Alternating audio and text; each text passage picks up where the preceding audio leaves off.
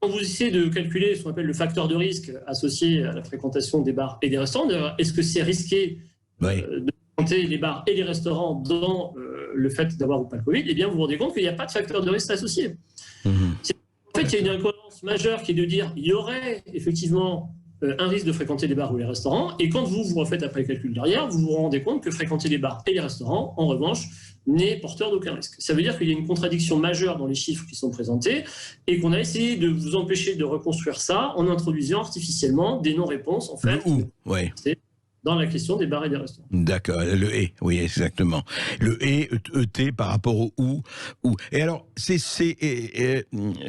François Pavant, Vincent Pavant, pardon, c'est sur cette base qu'ont été décidées la seconde fermeture généralisée, qui continue et qui perdure, des bars et des restaurants. C'est sur cette étude que ça s'est fait? Oui, oui.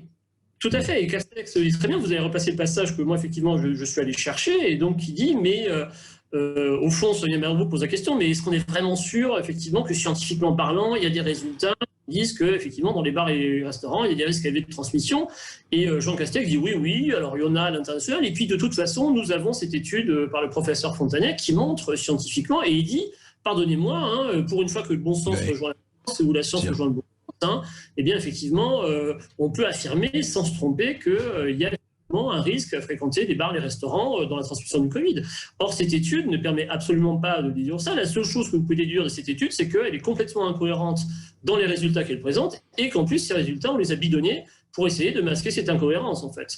On les a changés de manière frauduleuse, parce que ne pas répondre à des raisons aussi simples de fréquenter les bars ou les restaurants, si vous voulez, c'est quelque chose qui n'est pas possible. Alors, c'est le mathématicien qui parle, je comprends, et vous n'êtes pas épidémiologue, ni virologue, et moi encore moins, mais vous, votre conviction, alors, Vincent Pavant, c'est que, donc, on s'est basé sur une étude, elle est pour le moins contestée, et je fais une litote, et vous le démontrez, pour effectivement fermer des milliers, des dizaines de milliers d'établissements.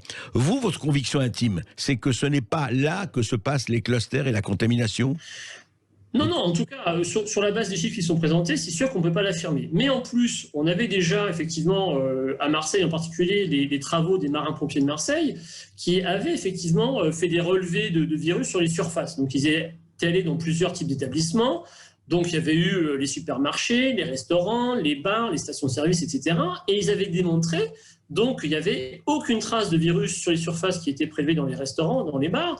Et donc, ce qui avait fait dire d'ailleurs au professeur Raoult en disant « mais c'est absolument pas là, effectivement, que ça se passe. » Ce que ça se passe. Et donc, au niveau des preuves, on va dire physiques, des endroits où il y avait effectivement des contaminations, les mesures des marins-pompiers de Marseille ont montré qu'il n'y avait absolument, a priori, aucun risque en termes de contamination dans les bars et dans les restaurants. Et donc, en fait, cette étude, cette pseudo-étude, qui est en fait un sondage d'opinion complètement truandé, si vous voulez, ne permet absolument pas de rajouter un quelconque niveau de preuve à l'idée qu'on se contaminerait plus dans les bars et dans les restaurants. Donc, cette étude, si vous voulez, quand vous la lisez, le problème, c'est que, comme par hasard, elle confirme exactement toutes les décisions qui ont été prises par le pouvoir politique pour fermer certains types d'endroits. Et donc, par hasard,